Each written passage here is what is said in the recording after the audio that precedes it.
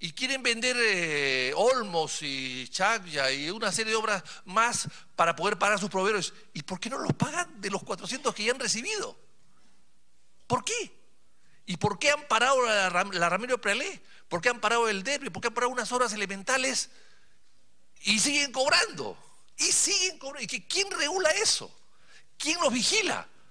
Pues yo me preocupa, y me preocupa, señor presidente, y acá yo creo que voy a llamar la atención del gobierno. El ministro acá dice, sus propuestas, ley de cooperativas de ahorro y crédito.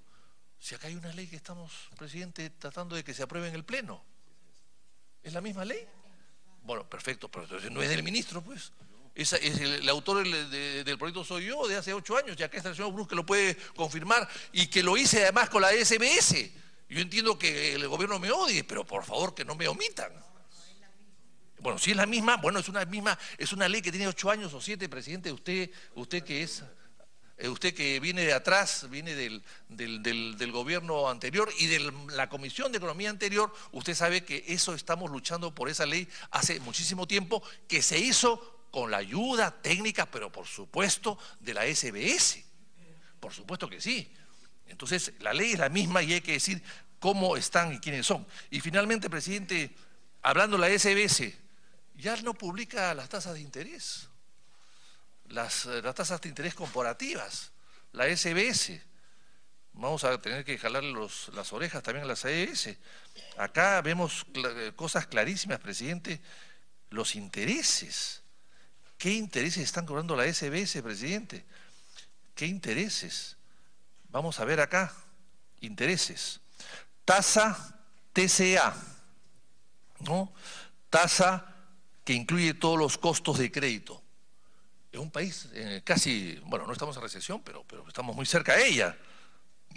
¿Cómo puede ser posible que el Banco Azteca cobre 152.5%? ¿Cómo es posible que haya, presidente, que haya Edepime Marcimex que cobre 213%? 213%. Y Financiera Confianza, que no da mucha confianza, cobra 82%. O sea, la más barata acá, la más barata, que es la Caja Municipal de Tacna, cobra 40%. Entre 40, aquí está Martorell, así que estoy mencionando a él. Así que estamos hablando de 200, ¿qué? ¿Eso es usura? ¿Eso no es un delito? Por esta tasa en España te meten preso, en Francia te meten preso, en Colombia te meten preso, hasta en Chile te meten preso. Y en el Perú nadie dice nada. ¿De qué regulador estamos hablando? Entonces yo creo, presidente, que el gobierno tiene que ponerse las pilas y empezar a gobernar para todos los peruanos sin excepción alguna. No voy a mencionar nombres, presidente, en fin, para no crearme más problemas, pero en fin, pero es decir, todos los peruanos tienen, y en el caso de la recaudación, estudien la manera, el gobierno, de revisar las 355 exoneraciones tributarias que existen. 300, entre ellas las exoneraciones tributarias a la banca, a los intereses, a los ahorros, en fin, no sé. Hay demasiadas exoneraciones en el Perú, demasiadas, y solamente se dedica la SUNAT a perseguir a los contribuyentes conocidos. O sea, tenemos un gobierno que gobierna solamente para el 30% de los ciudadanos. El 70% que es informal no los gobierna nadie, se gobiernan solos. Y yo creo que eso es una tarea que hay que hacer la presidente, y lo dejo ahí y con la preocupación del malestar que le puede haber causado al ministro, por supuesto, por estar tan cerca de él, ¿no? Muchas gracias, congresista. No, usted nunca causa malestar. No. Tiene el uso de la palabra el congresista Martorell. Gracias, presidente. Y por su intermedio saludar al primer ministro, así como a los colegas presentes. Bueno, después de la intervención de mi colega don Víctor Andrés, definitivamente nos deja preocupados de alguna manera. Es verdad que son cifras y situaciones que las conocemos, o por lo menos se leen frecuentemente o se escuchan, ¿no? Pero también por otro lado debo decir, presidente, que el Premier nos ha dado un diagnóstico de lo que piensa hacer en el corto y el mediano plazo. Importante, es verdad que son planes, son proyectos, son posiciones, digamos, que uno está visualizando para cómo salir hoy día del entampamiento, la recesión, o la no recesión, paralización, que vamos a decir, que tiene la economía en el país. Pero en todo caso, esto es una pastilla, vamos a decir, de optimismo, que es importante que la población asienta, que es importante que sienta la población que el gobierno se está preocupando en ver la situación económica del país. Y esto nos hace visualizar un futuro, por lo menos con algún interés, ¿no? Nos habla de un repunte de los precios de los minerales, una recuperación de la inversión privada. ¿Y qué importante es esto? Nos ha mencionado, presidente, el primer ministro, que la inversión privada prácticamente es el 80% del movimiento económico del país. Y como inversión privada, ¿no? Yo debo decir, presidente, que para mí la inversión, y no para mí, para cualquiera, esto es algo totalmente conocido por todos, que la inversión es sinónimo de desarrollo y de crecimiento. Si no hay inversión, no tenemos desarrollo. Y la inversión, esta sea del sector privado o del sector público, sea nacional o sea extranjera, en tanto debe ser promovida, en tanto esta se haga de acuerdo a las normas, las leyes, reglamentos y condiciones que establece en este caso el Perú. Pero debemos proveer la inversión. Y este entusiasmo y este optimismo que el Premier hoy día nos ha dado, presidente, nos ha mencionado, yo diría que colisiona de alguna manera con mi región Tacna. Y debo decirlo en el sentido que el mes pasado exactamente, el gobierno a través del Ministerio de la Producción colocó el proyecto de decreto supremo que autorizaba inversión extranjera en los 50 kilómetros, que el artículo 71 hoy día lo prohíbe, pero por excepción esto se puede hacer y eso estaba dado. Este proyecto, presidente, y le traslado la pregunta al Premier, que estaba sustentado en que había una opinión favorable del Comando Conjunto. Había una opinión que está reflejada en el oficio 6756 y 6757.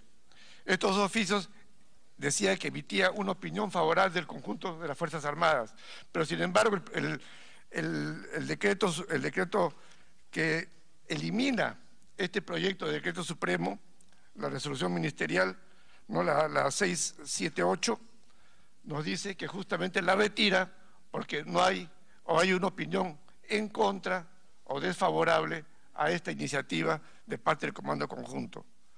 Para Tacna, presidente, una inversión de 100, 150 o 200 millones de dólares, como es lo que se preveía con estas inversiones en este decreto supremo, proyecto presentado, es importante, dinamiza la economía. Y estamos hablando justamente de dinamizar economías, ¿no? Entonces, es importante para una economía pequeña como es la de Tacna, inyectar en su economía esta importante inversión, digamos, va a generar un incremento también muy importante en su PBI regional.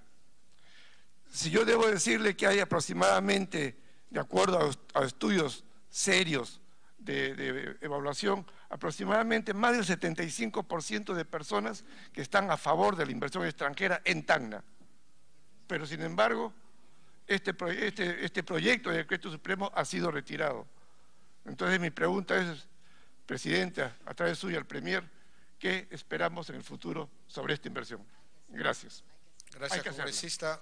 Solamente quiero comentar, congresista Martorell, que yo he presentado un proyecto de modificación constitucional para que estos 50 kilómetros que tenemos donde no se puede permitir inversión extranjera sea primero limitativo a los países fronterizos, es decir, en el caso de Tacna sería solamente Bolivia y Chile. En segundo lugar, que se exceptúe los cascos urbanos, porque un extranjero que está alquilando una casa en Tacna está violando la Constitución. Y es una tontería. el BBVA, que tiene una agencia en Tacna, está violando la Constitución. Entonces, no tiene sentido. Y solamente fuera del casco urbano recién es que tiene que intervenir un visto bueno del Ministerio de Defensa, pero es algo que podremos evaluar cuando esté en el Pleno. Tiene uso de palabra el congresista Quintanilla, después el congresista Acuña. Y después tú. Gracias, señor presidente. Por su intermedio, saludo la presencia del ministro de Economía y Finanzas. Señor presidente, yo tengo una preocupación y que le he reiterado en algunas oportunidades ya. Creo yo que en este informe que nos da el ministro de Economía se nota bastante preocupación por promover las inversiones, lo cual está absolutamente bien, me parece necesarias. Pero veo una ausencia en temas de desarrollo del mercado interno, que es el otro lado de la realidad. Por ejemplo, no se habla cómo se va a generar empleo. Aquí hay una propuesta de generar empleos temporales, en total 20.000, pero empleos temporales en un número de 20.000. Yo no sé cuál es la cantidad de empleos que se han perdido, por ejemplo, en la zona norte del país. Estoy seguro o creo que deben ser mucho más de esa cifra, ¿no es cierto? Y solo son empleos temporales. En otros elementos sobre la generación del mercado interno también, mucho le tenemos miedo al incremento del sueldo mínimo. Decimos que eso va a desincentivar la inversión, etcétera, etcétera. Pero yo creo, digamos, que hay que manejar estas variables también en forma prudente. Nadie plantea que el sueldo mínimo se multiplique, pero sí habría que ir a un incremento y eso nos permitiría más flexibilidad, por ejemplo, para atender las reclamaciones de los maestros, de los médicos y otros sectores que han estado y están en conflicto. Un primer tema. Un segundo tema, veo yo que falta una planificación. Por ejemplo, cuando se dice, digamos, de que va a haber acciones público-privadas y obras por impuestos, no se habla de la necesidad de una planificación. Y nadie plantea, digamos, que solo se haga lo que dice el Estado, pero la planificación puede ser inducida, tomar algunos incentivos para que en donde le interesa en un proyecto de desarrollo y construcción de país planificado, promover las inversiones. El otro elemento también tiene que ver, digamos, con la propia descentralización. O sea, no hablamos cómo buscamos que los gobiernos regionales y municipales tengan mayores capacidad de invertir. Se dijo siempre que no se daba a los gobiernos regionales y a los municipales porque había ineficiencia y corrupción. Pero ya está demostrado en los últimos años, y solo basta ver los expresidentes que están o presos o con orden de captura o bajo sospecha, que también la corrupción es en el gobierno nacional. O sea, ese argumento de decir no le damos a los gobiernos regionales porque son ineficientes y corruptos, igual criterio también rige para los gobiernos nacionales, ¿no? No creo, digamos, que sea una excepción. Ese es un tema también que falta, en mi opinión. El otro tema, respecto a las acciones público-privadas y ahora por impuestos, el propio presidente de la República hizo un comentario en una oportunidad de que decía que los constructores parecía que se repartían, ¿no? Esta obra para ti, esta obra para mí. Entonces, ciertamente, digamos, ahí yo creo que hay que modificar la ley de contrataciones del Estado. O sea, esa suerte de contrataciones en las cuales el sector privado es el que finalmente propone el precio final de la obra, y ese precio final de la obra debe ser aprobado por el concedente, un órgano del Estado, y aprobado también por el supervisor, que también ha sido licitado y también del sector privado, y finalmente terminan multiplicándose las obras, ¿no es cierto? La interoceánica costaba 920 millones en un inicio y está terminando costando por encima de los 3.000 millones, ¿no? O sea, se ha multiplicado por 3, por 4 veces. Eso hay que modificar, en mi opinión. El otro tema que habría que también ver en esto de la planificación, yo sí creo que necesitamos en el país un ordenamiento territorial. Necesitamos conocer en qué lugares se pueden construir y qué tipo de obras y en qué lugares no se deben construir. Y eso debe ser, digamos, parte de una ley, de una forma obligatoria para que no ocurran las contingencias y los desastres que siempre nos tienen preparados. Finalmente, señor presidente, yo considero, a partir del comentario que hizo el congresista Percy Alcalá, ciertamente la política económica es bastante conservadora, muy tímida respecto, digamos, al manejo de mecanismos fiscales para incentivar la economía y contrarrestar los ciclos. Por ejemplo, se tiene un déficit fiscal que se ha modificado 3 veces, pero no llega, digamos, al 3.5% cuando podríamos prudentemente incrementarlo a 4 o 4.5% para liberar mayores recursos.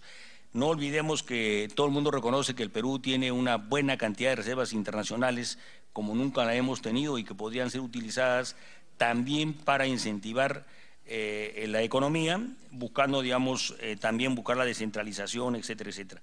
Yo creo, señor presidente, si no se planifica, si no se modifica la ley de contrataciones del Estado, si no se incremente el mercado interno y la descentralización, vamos a sentarnos dentro de un par de años en esta comisión y vamos a discutir por qué ha fracasado este proyecto. Y vamos a también discutir por qué sigue habiendo corrupción. La corrupción es sistémica, la corrupción está en las normas. Yo no estoy en contra de las acciones público-privadas, pero esta modalidad que tenemos en el Perú es proclive a la corrupción. Esta que tenemos, eso tiene que ser cambiado. Gracias. Gracias, congresista. Tiene su palabra el congresista Acuña y luego el congresista Bocángel. Gracias, presidente. Saludar al ministro de Economía por estar en esa comisión y a todos los colegas presentes. Hace unos minutos escuchaba que el ministro de Economía solicitaba preguntas y definitivamente estamos acá para hacerle preguntas. Bueno, quiero iniciar en base a una declaración a través de los medios en el cual usted comentaba que su gestión ministerial impulsará la ejecución de inversión a diferencia de su antecesor Torne. Queremos saber cuáles van a ser los lineamientos económicos que se van a manejar en su gestión en el Ministerio de Economía, a diferencia del ministro Torne. A nivel de proyectos que se están destrabando o que se van a destrabar, al inicio del gobierno se pensó que destrabando grandes proyectos se iba a relanzar el crecimiento económico. Pero la realidad realmente fue dura y lo sabemos. Hubieron muchos problemas con algunos proyectos importantes, caso Chinchero, Tía María, por los mismos conflictos sociales. Pero igual me imagino que este gobierno está preocupado en destrabar proyectos importantes, porque sabemos muy bien que de esa manera vamos a preocuparnos en reactivar esta economía. Señor ministro de Economía, a través de la presidencia, quisiera saber cuántos proyectos y de qué montos piensan destrabar durante el año 2018. A nivel de calificadoras, nosotros sabemos muy bien y hemos podido leer en algunos medios que la agencia clasificadora de riesgos Fitch Ratings finalmente disminuyó la clasificación de riesgo a uno de sus mejores alumnos, como lo es Chile, por errores en la conducción de la economía de Chile durante el gobierno de Bachelet. Se rumorea que el próximo candidato a reducir la calificación podría ser Perú. Quisiera saber si realmente somos candidatos a una reducción en la clasificación de riesgo y además qué impactos negativos tendría la reducción de la calificación crediticia para el Perú. A nivel de pensión tributaria y el acuerdo nacional, sabemos muy bien que existe una meta en el acuerdo nacional para alcanzar el 18% del PBI como presión tributaria. ¿Para cuándo tiene previsto el MEF, a través de la SUNAT, alcanzar la meta del acuerdo nacional? Queremos saber si existe predisposición del actual gobierno en cumplir con ello. Además, quisiera mencionar respecto a una iniciativa presentada en el plan de gobierno del actual presidente de la República, en el cual se mencionaba una reducción del impuesto general a las ventas en un punto. Quisiéramos saber si se volverá a insistir en la reducción del 1% o si ya se descartó definitivamente o simplemente cuál va a ser la posición respecto a ese tema. Y finalmente, señor presidente, para hacerle llegar otras preguntas al ministro de Economía sobre el Fondo de Estabilidad Fiscal. La Ley de Responsabilidad y Transparencia Fiscal crea el Fondo de Estabilidad Fiscal con el propósito de evitar sobresaltos de la economía, sobre todo en épocas de crisis. Y al parecer estamos en una época de crisis o que deberíamos estar preparados para ello. ¿En qué situación se encuentra hoy el Fondo de Estabilidad Fiscal? Otra pregunta quisiera saber, ¿a cuánto asciende el monto acumulado por el Fondo de Estabilización Fiscal? Y la última pregunta sería, ¿a cuánto asciende el monto acumulado por el Fondo de Estabilidad Fiscal? Y yo quisiera que antes de escuchar en off algunos comentarios del ministro de Economía, que al parecer no tiene nada que ver con lo que está mencionando, porque yo quisiera primero parte de respeto de parte del ministro de Economía, en lugar de escuchar esos comentarios que acabo de escuchar en off. Quisiera saber, ya que es no solo el ministro de Economía, sino también es / primer ministro, quisiera saber cuáles son las posiciones que van a adoptar respecto a la ejecución de inversiones, porque a la fecha el gobierno nacional está en un 29%, los gobiernos regionales están en un 30% y los gobiernos locales en un 36%. Si hacemos un promedio estamos en un 32%, y quisiera saber qué acciones tiene previsto el MEF para agilizar las inversiones y qué se puede hacer para apoyar a los gobiernos subnacionales. Porque acá no se trata de dar clases en la Comisión de Economía, como usted lo acaba de mencionar, sino también se trata de saber escuchar a los congresistas, porque está acá como invitado y el respeto guardan respetos. Gracias. Gracias, congresista. Antes voy a dar la bienvenida al congresista Castro Bravo, Castro Grandes y al congresista Moisés Guía. Tiene uso la palabra el congresista Bocángel. Bueno, señor presidente, muchas gracias. A través de usted saludar al ministro. Y bueno, tenía todo el concepto de usted, pero escuchar lo que ha dicho, creo que respetos guardan respetos.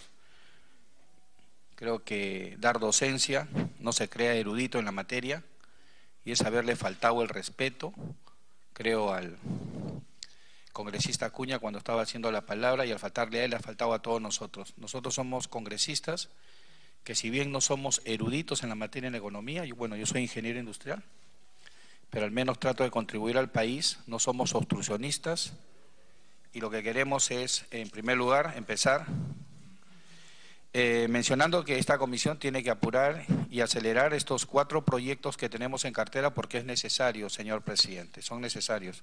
El de los terrenos me parece muy, muy importante que lo aceleremos.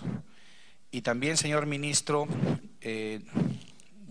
no necesito que me den cátedra, pero sería importante que el gobierno también presente un proyecto de ley inmediato referido a la expropiación de terrenos, porque los grandes proyectos que hemos visto que están trabados muchas veces tienen que ver por los problemas de terreno. Se licitan estos grandes proyectos, tenemos el aeropuerto, la línea 2, proyectos de carreteras grandes, en este caso ha sucedido en Huánuco, Ancash también, y tenemos, por ejemplo, la carretera Ollón-Ambo, por decir, que es preferible partes de no licitar cuando hay conflictos de intereses, cuando los terrenos no pertenecen, en este caso, al Estado, o cuando se van a licitar.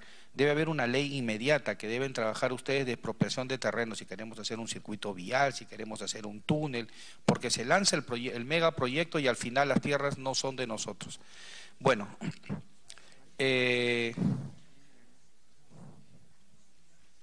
cuando hablamos mucho de reconstrucción del niño costero, tenemos presente este fenómeno que ha pasado y prácticamente que ha sido una de las causas a que la economía quizás se haya retraído, las consecuencias de que no haya existido en este momento un crecimiento debido a lo que ustedes habían programado por estas externalidades que se presentaron de un momento a otro y las aceptamos. Yo quisiera saber puntualmente ¿cuál es la estrategia?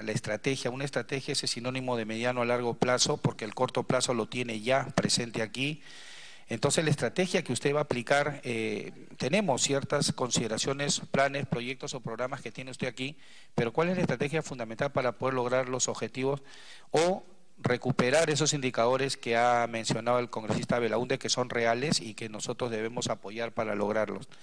Cuando hablamos del niño costero, yo quisiera también que se preocupe de la reconstrucción de la violencia política de todas las zonas afectadas. Yo vengo de Huánuco y constantemente, al igual que Huánuco, la zona del BRAE o las zonas específicas, no son muchas las que sí realmente fueron afectadas por la violencia política.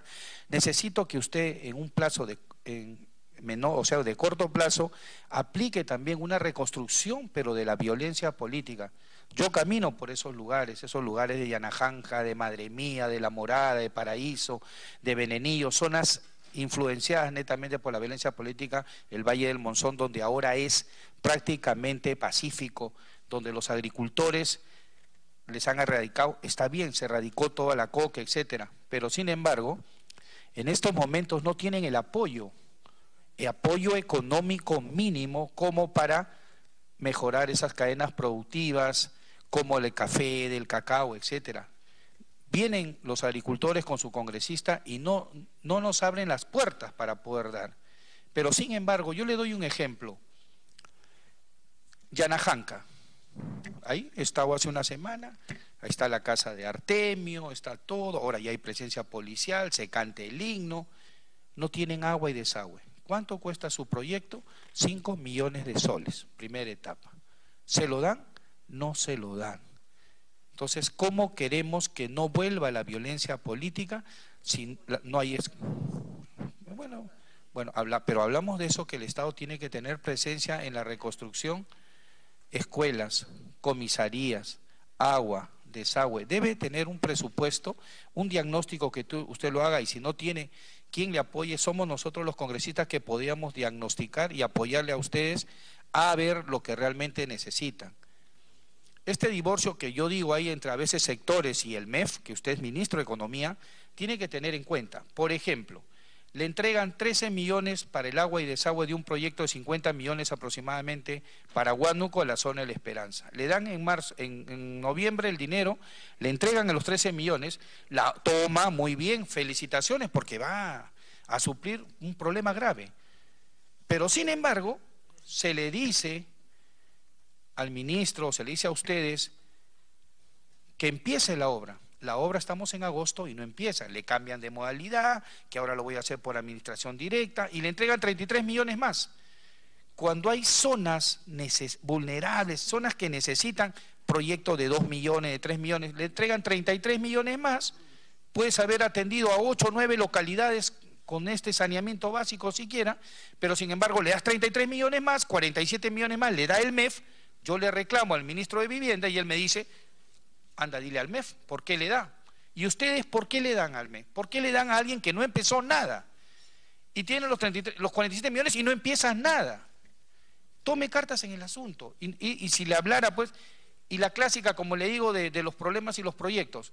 Hospital de Huánuco, con más de ciento y tantos millones de soles. Dan un adelanto, comienzan a abrir, ¿saben que hay agua abajo? No, hay agua, paralizan la obra, la empresa dice no estaba incluido en el expediente, todo, paralizado la obra. ¿Cuándo habrá hospital? ¿Por qué? Porque dicen que hay agua abajo y comienzan las famosas que adenda, no es mi culpa, que ampliación de plazos, una serie de cosas. Tienen que tomar medidas, ministro, de una vez en estos casos que suceden, porque viene desde el gobierno anterior y aún no lo corrigen. Quizás ustedes lo ven un problema pequeño, pero es un problema grave y grande, como dice de los bonos es lo mismo. Mejor no den nada. ¿Por qué? Hay 1000 y le das a 50. Son 950 que te has ganado la antipatía ya de esa persona. Entonces hay que ver la manera de cómo, de asociarlos o de apoyar para poderlos apoyar. Asimismo, esta ley que ayer la debatimos con el ministro de Trabajo, hemos conversado sobre la ley de empleo juvenil, que bueno, unos están en contra, otros están a favor, yo estoy a favor, pero hay que tener en cuenta que no afecta a la microempresa, deja de lado a la microempresa, porque la microempresa no está con el seguro, la microempresa va más con CIS. Entonces, ¿en qué manera ustedes pueden apoyar ahí para poder, pues, que la microempresa también tenga acceso a estos empleos juveniles?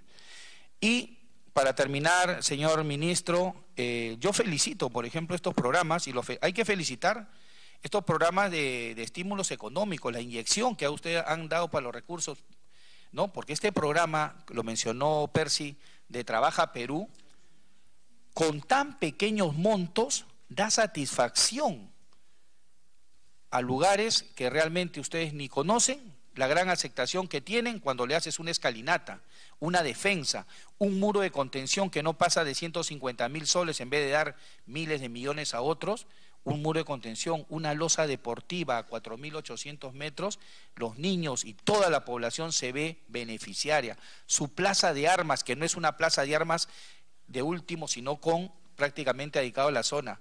Inyéctele más dinero a lo que es estos programas de Trabaja Perú. Sí, me pide una interrupción. Pide una interrupción la congresista Schaeffer. Sí, congresista. a través de usted, presidente. Sí, para sumar a este programa Trabaja Perú. En la región Piura sabemos que hemos tenido un efecto devastador, especialmente en 2 distritos, Catacaos y Curamori. Yo he hablado con el señor Gálvez, que tiene a cargo, se ha dado recursos, pero lamentablemente no están bien focalizados y bien dirigidos para la reactivación económica que se ha sufrido, especialmente agraria. Lamentablemente él agarra y me dice, el alcalde Curamori no me ha presentado fichas. Le digo, pero imagínate, o sea, Curamori es una de las zonas más afectadas, hazlo tú, le digo. Hazlo tú, si no hay capacidades en esa municipalidad, hazlo tú. Entonces yo creo que todos esos trabajos que se están generando, en Piura todavía tenemos 9.000 personas que viven en campamentos. Entonces ellos son de unas economías pequeñas, de pequeña escala, la pequeña agricultura de 1 a 2 hectáreas y agropecuaria, sus pequeños ganados, que lo han perdido todo. Entonces la reactivación de esos canales, para comenzar, porque agua hay en los reservorios, podría ser a través de Trabaja Perú, ¿no? Entonces, tiene que ver qué es lo que se necesita en cada zona y si no hay capacidades del alcalde, ¿no? Tiene que ser ellos mismos que hagan los expedientes para poderlo dar, ¿no? Gracias, congresista Bocángel, y creo que es la violencia terrorista, más que política. No podemos confundir una cosa con otra. Gracias, presidente. Gracias, congresista Schaeffer. Presidente, me pide una segunda interrupción la congresista Arauz. Adelante, congresista Arauz. Muchísimas gracias, señor presidente, y muchísimas gracias, congresista Bocángel. Solamente una aclaración que quizás ayer se quedó como confusión en una declaración que hizo el ministro de Trabajo en la Comisión de Trabajo, respecto a la ley de fomento del empleo juvenil a través del subsidio al e-salud. Justamente el propósito es hacer que estas empresas que están en la semi-informalidad, que están trabajando con SIS, en vez de tenerlos dentro del seguro de salud, pasen al sistema de la formalización y tengan el subsidio de salud. Porque el problema es que hoy día no están pagándolo y la idea es que, como no pueden, porque tienen limitaciones económicas, nosotros los ayudemos a formalizar su empleo y entren sus trabajadores al servicio completo que tiene e-salud. No que se queden fuera y los mantengamos subsidiando SIS, que en realidad el SIS es realmente para las poblaciones más vulnerables.